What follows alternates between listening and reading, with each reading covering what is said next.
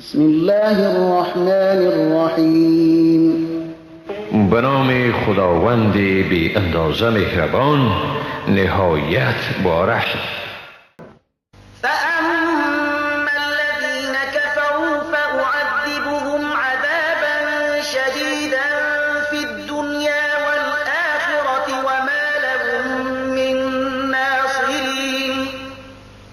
اما کافران من ایشان را به عذاب سخت در این دنیا و در آخرت عذاب می کنم و برای ایشان هیچ مددگاری نیست. وأما الذين آمنوا وعملوا الصالحات فيوفيهم أجورهم والله لا يحب الظالمين. و اما کسانی که ایمان آوردند و کارهای شایسته کردند پس خداوند مزد ایشان را کامل می دهد و خداوند ستمگاران را دوست ندارد. ذلك نتلوه عليك من الآيات والذكر الحكيم. این چیزی است که ما بر تو از آیات و یادآوری حکمت می‌خوانیم.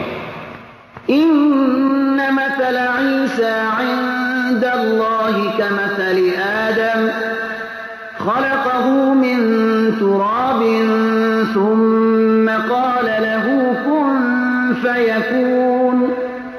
بیگمان مثال عیسی نزد خداوند مانند مثال آدم است.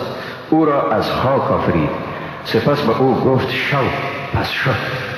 الحق من ربك فلا تكن من الممترين. حق همان است که از جانب پروردگار توست پس از شک کنندگان مباش.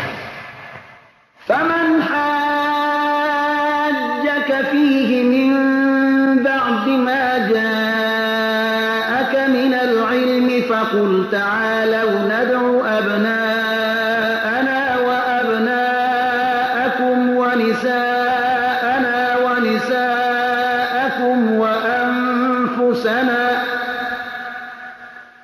وأنفسنا وأنفسكم ثم نبتهل فنجعل لعنة الله على الكاذبين.